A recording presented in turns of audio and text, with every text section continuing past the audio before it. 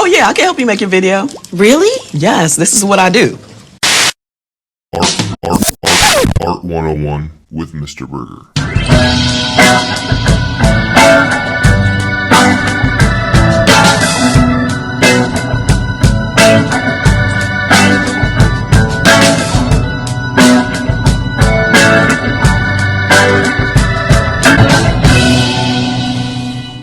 Scholars, welcome back to another episode of Art 101 with me, Mr. Burgher. I'm a professional artist and a master educator, and I attempt to provide the best in art historical content. Now, if you like this video, if you like the artworks and the videos in the series and all those things that I'm doing, like, share, rate, review, subscribe, carry on, and pass the word that I exist so that others that might enjoy the content can enjoy the content. That was utterly terrifying, and I regret having joined you. So, scholars, we're at the end of the year, and with any end of the year, we tend to reinvent ourselves, we tend to rebrand ourselves, we tend to start new, start fresh, start something, start fresh from a new beginning. But before we do, the end of this year, 2022, makes me think and reflect back on one particular artist. Let's talk a little bit about my reflections on the end of the year in regard to Eugène Delacroix. The Romantic artist Eugène Delacroix would work to become the leading Romantic artist in France and a name synonymous with Romantic art around the world to this day. Born in 1798, both of his parents had died by the time he was 16 years old, and at that time he began to focus on his education and study as an artist.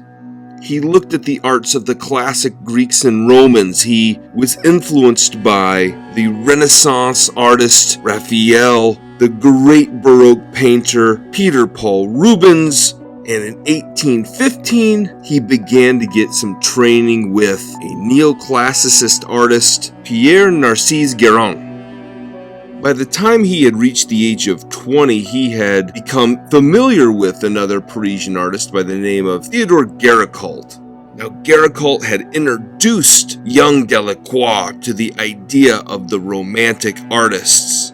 He was helping the young artist along his way and even left his mark by influencing to paint things such as shipwreck scenes, horses, and all kinds of other animals. Side note, Eugène Delacroix was a model for Géricault, even acting as a character in his famous Raft of the Medusa, although a little bit hidden here he is with his head down with the black hair. No one can hear anything down here. From his early trainings as a neoclassicist to his later style as a Romantic, Eugène Delacroix was very much influenced by many great things, including literature, religion, music, and politics. We'll see all these sorts of things throughout his works. However, this work, the Barque of Dante, is regarded as his first major work and is very much influenced by the works of Peter Paul Rubens as well as Theodore Géricault, as we've discussed already.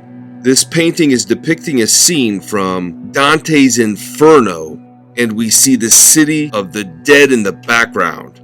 As his first major work, this was accepted into the 1822 Salon in Paris and very much started to formulate his mentality in approaching art. He was becoming much more influenced by color than he was the drawing of the work. That's the fundamental shift between those that studied neoclassicism and those that would start to go along Romanticism. The Romantic artist was focused on color, where the neoclassical artist was very much focused on starting with a very tight, precise drawing. His innovative use of color would influence many others, including Matisse, Picasso, and even Vincent van Gogh. As a Romantic artist, he was very much fixated on the ideas of emotion, the exotic, and the sublime, which were major calling cards of the Romantic artists of that period.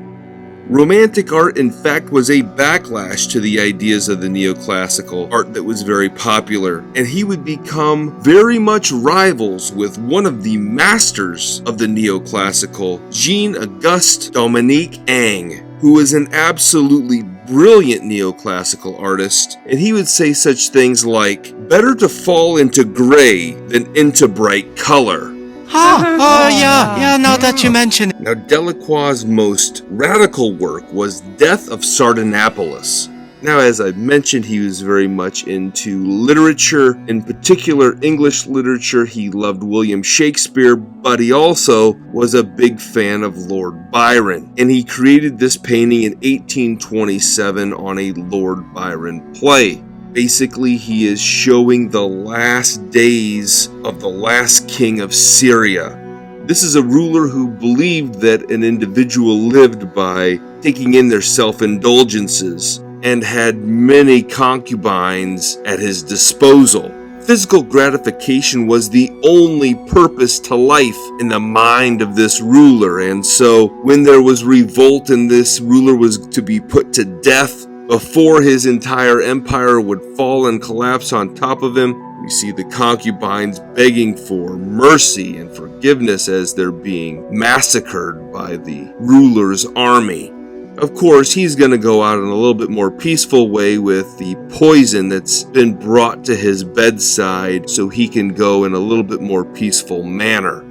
What he has to teach you may very well mean the difference between life and death. Eugène Delacroix was a fan of politics, and arguably his most politicized work that he had ever created was Liberty Leading the People. Paris in France is pretty much synonymous with revolution, and during a great time of lots of revolutions, this was a depiction of one and the shortest revolution possibly in the history of humanity, with the entire revolution lasting 3 days from July the 27th through the 29th.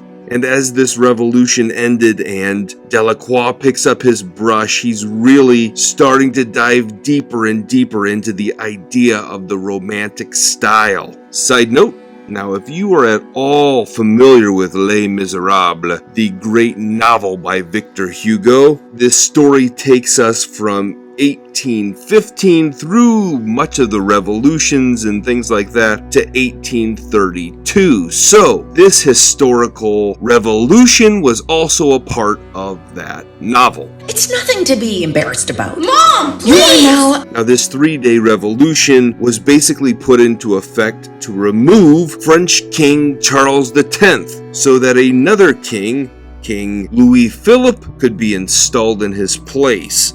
Now, the common people wanted Charles X removed because he had restrictions placed on the press, he had disbanded Parliament, and changed the electoral system to benefit himself. And so they were like, you know, this guy's corrupt, get him the heck out of here. So that's kind of what they did. Now, as we focus on the painting, this very pyramid-like composition has the flag at the top of that pyramid structure.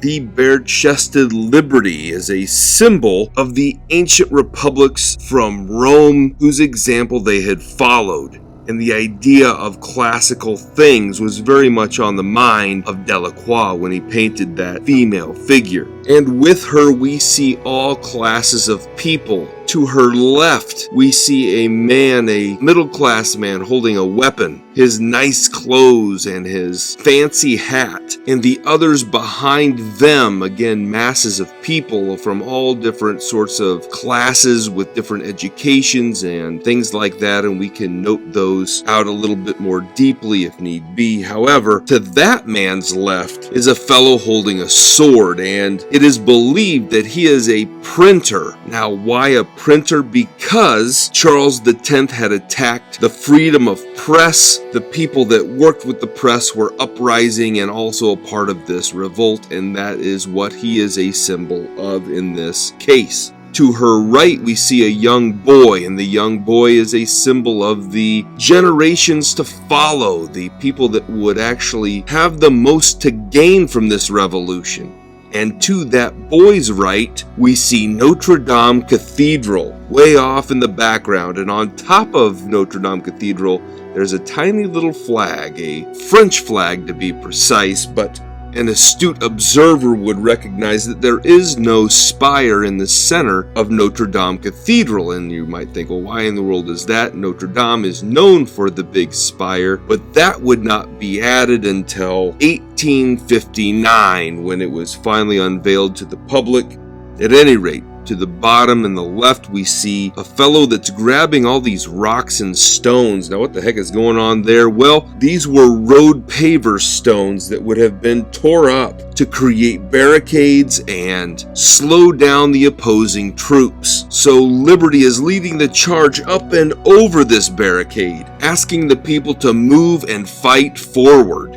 Now, toward the bottom of the canvas, we see dead soldiers, a man that has died wearing a nightshirt with one sock on, and all kinds of things going on at the bottom of that canvas as well. And many people fought for this revolution. However, Eugène Delacroix did not, and he felt guilty about it. But he would come to terms with that, and what he would say is, "My bad mood is vanishing thanks to hard work. I have undertaken a subject, a barricade, and although I may not have fought for my country, at least I shall have painted for her. It has restored my good spirits."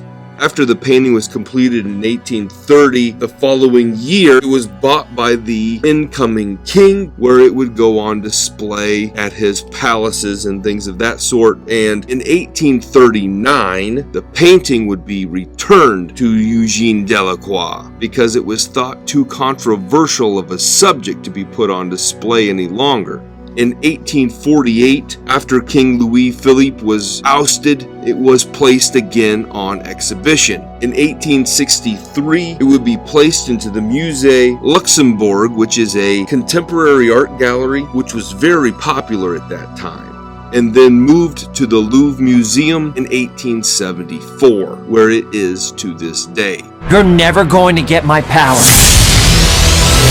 He would create many paintings and do many different things, and one of those unique different things was to be a part of a diplomatic mission to Spain and Morocco. Now, when these sorts of things would go on at that time, it was very common for diplomats to bring artists along with them. They would record things by painting them because photography wasn't really an available technology at that time. Much of this travel would be captured in his sketchbooks, and he would utilize those sketches to recreate subjects for many works beyond his travels. Now, this was shortly after France had acquired Algeria, and one of the major works that he had produced of this adventure was The Women of Algiers. We see the concubines sitting around and having conversation around the hookah, and the work would end up being quite controversial for its sexual undertones and Orientalism. Basically, Orientalism is the style of art that represents Asia, but particularly the Middle East, where stereotypes embody a colonialist attitude toward the culture and civilization that it represents there.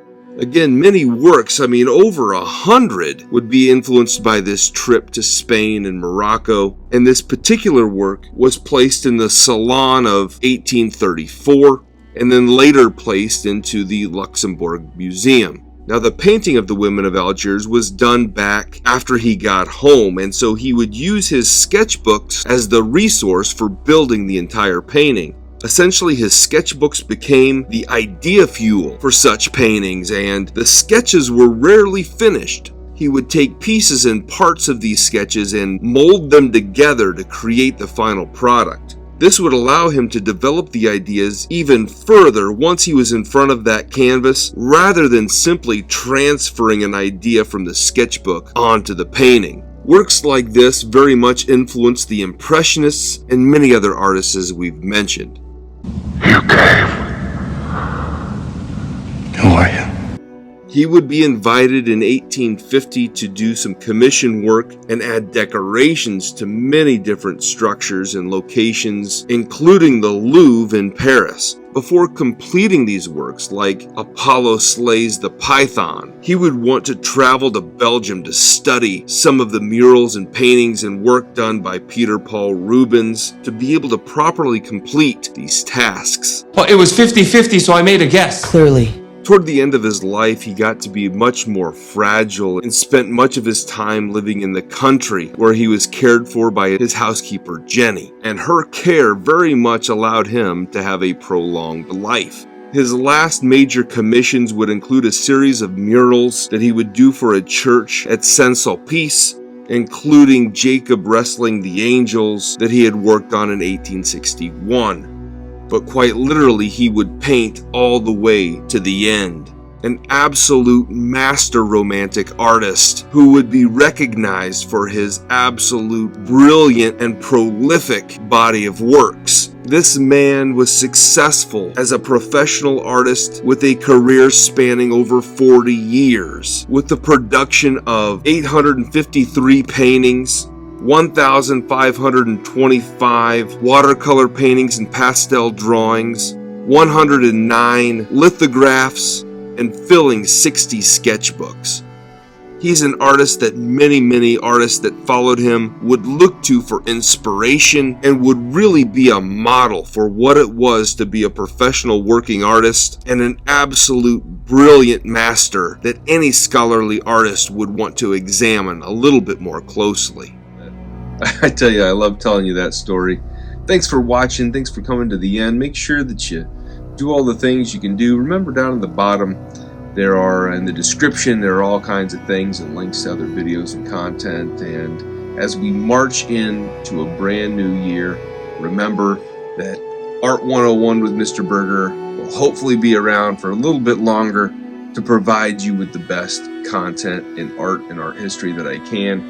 And do your part to help me grow a little bit as a New Year's resolution to me and yourself and your friends and things like that.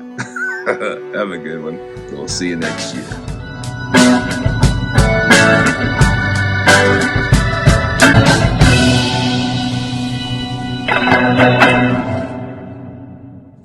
Really?